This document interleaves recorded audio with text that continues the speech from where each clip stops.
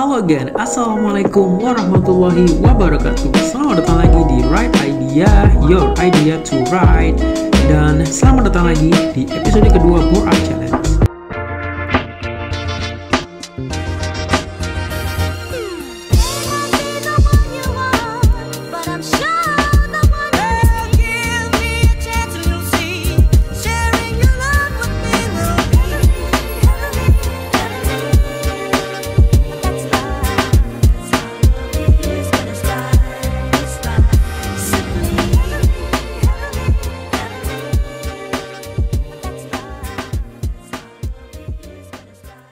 Di seri khusus Right Idea yang membahas tentang perjalanan dan proses Bore Up Bike Project ini, kita sudah ada di episode 2 nih.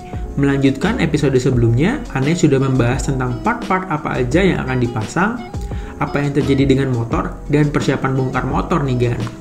Di episode 2 ini, Ane akan fokus membahas mengenai pemasangan serta hasil dyno buat sebelum dan setelah Bore Up nih. Seneng banget!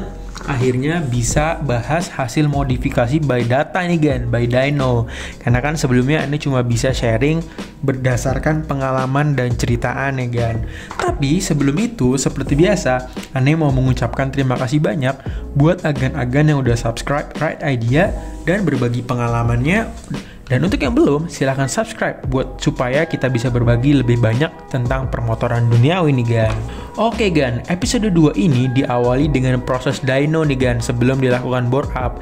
Jadi emang buat Ane, kelebihan yang Ane rasain ketika datang ke TDR nih, mereka tuh bener-bener bisa secara objektif ngasih tahu gimana sih hasil bore up mereka. Dan itu bisa dilakukan dengan dua cara nih Gan kalau Anda perhatiin. Yang pertama itu adalah test ride. Ini nih yang seru nih. Jadi tuh kita di sini bisa test ride buat motor-motor yang udah di bore up sama mereka supaya kita bisa tahu gimana sih rasanya. Kemarin tuh Anda udah sempat nyobain Vario, tapi saya nggak Anda rekam karena waktu itu Anda bener-bener kaget banget disuruh nyobain Vario yang udah di bore up. Dan kalau misalnya kita lihat di showroom nih, itu ada banyak banget motor sih, ada Aerox, ada NMAX dan juga XMAX. Dan spesialnya kalau memang misalnya kita mau bore up, kita bisa tuh test ride motor-motor itu supaya bisa ngerasain gimana rasanya motor yang udah dilakukan bore up nih. Tapi emang di sini kebanyakan Yamaha sih Gan ya, nggak ada Honda karena kan emang kalau kata orang-orang sih Yamaha itu emang lebih enak buat dioprek-oprek kayak gitu. Nah, yang kedua nih Gan, yang kedua itu adalah dengan cara dyno supaya kita bisa tahu gimana kondisi sebelum dan sesudah bore up. Jadi kan ini langsung Anda jelasin aja ya, motorannya itu langsung dinaikin buat cek-cek awal. Setelah itu nanti langsung dibawa ke dyno room nih. Kemarin kan di Instagramannya udah banyak nih yang tebak-tebakan kira-kira HP-nya sebelum di bore up tuh berapa sih kayak gitu kan, dan juga setelah di bore up jadi berapa nih. Makanya nanti kita coba bahas lah, kan banyak yang mirip-mirip, banyak yang gak meleset jauh nih Gan kayak gitu. Jadi nanti setelah disetting alatnya terus juga dinaikin motornya, langsung lah tuh dilakukan beberapa kali percobaan untuk dyno motor Ane nih Gan. Pokoknya tonton dulu dengan prosesnya.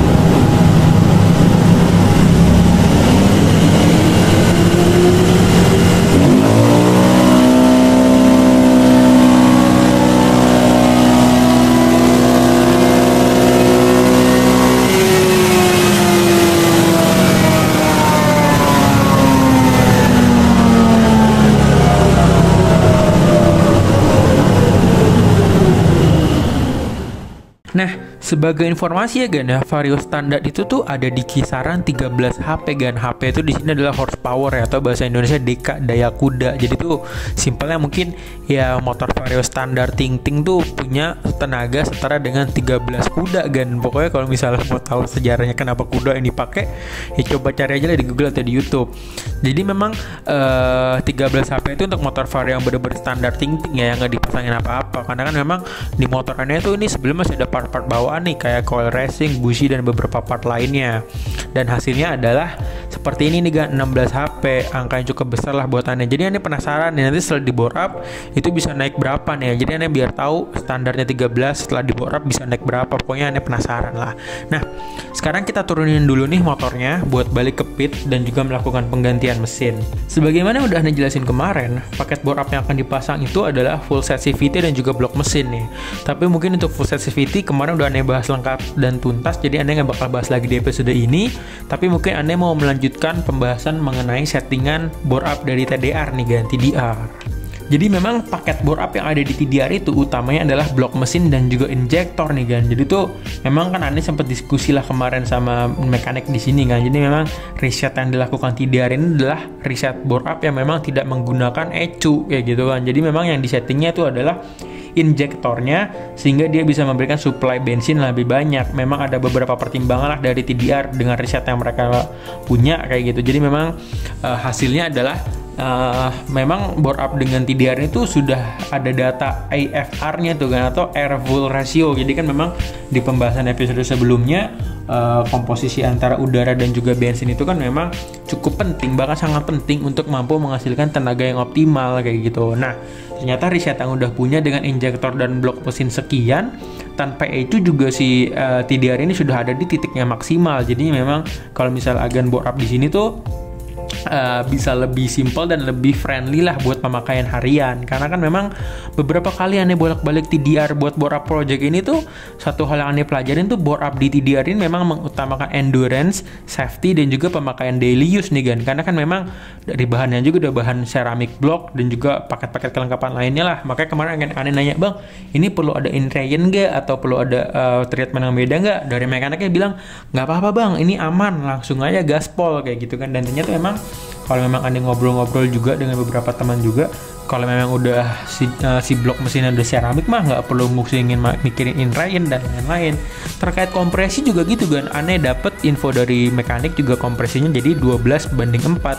Tapi ketika memang Anda tanya kira-kira bensin apa yang cocok, mereka sih bilang either itu Pertamax atau Super juga cukup sih Gan. Tapi memang ini nanti Ane bakal bikin risetnya nih Gan, kira-kira bensin apa yang paling cocok dengan kompresi yang ada nih. Makanya memang yang tadi dijelasin tentang endurance, safety dan juga daily use, nanti kita bakal buktiin Gan apakah memang ini bener-bener oke atau enggak buat pemakaian harian kayak gitu. Oke Gan, lanjut ke laptop ya Gan ya, lanjut ke laptop ya kan.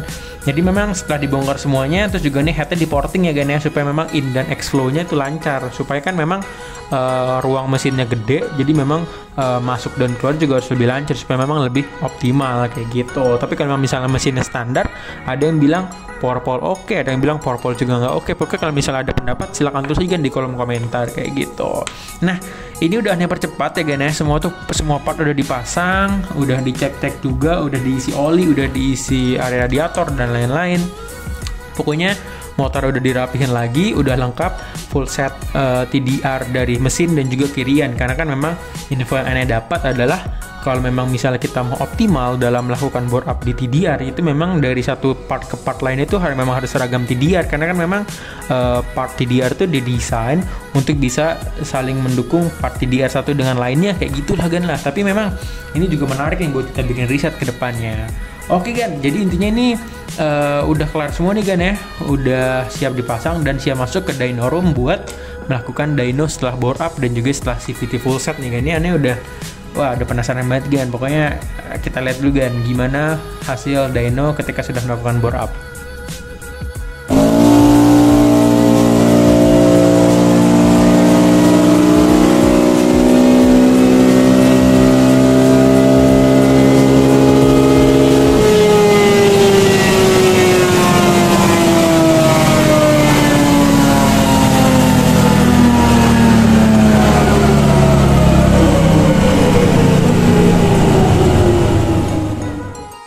Yes, naiknya jadi 18 HP kan. Berarti ini intinya dengan CVT full set dan board up set dari TDR, motor aneh bisa naik 5 HP dari standar.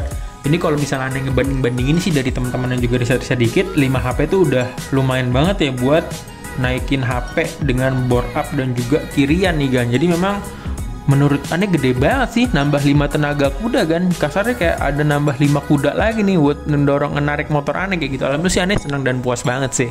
Tapi nih kan, ini bukan berarti udah kelar nih kan, karena kan memang itu adalah angka hasil dari dyno nih kan, karena kan memang aneh pakai motor ini buat harian nih kan, nggak mungkin aneh tiap hari dyno buat tahu. Jadi memang setelah ini nih kan, di episode berikutnya mungkin kali ya, aneh bakal coba ngetes motor ini nih, gimana ngelihat angka 18 HP itu performance-nya di jalan itu seperti apa kayak gitu kan. Dan juga nanti kan kalau udah di jalan, motor aneh bakal membawa berat seberat aneh kan, 98 kilo ya kan, hampir 1 kuintal loh.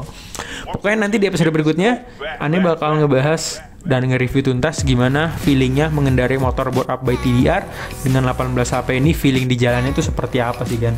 Untuk episode ini sekian dulu kan, Ane udah membahas tadi tentang pemasangannya, juga membahas tentang beberapa partnya, Ane udah ngejelasin hasil board up hasil dyno sebelum board up, dan juga hasil dyno setelah board up nih kan.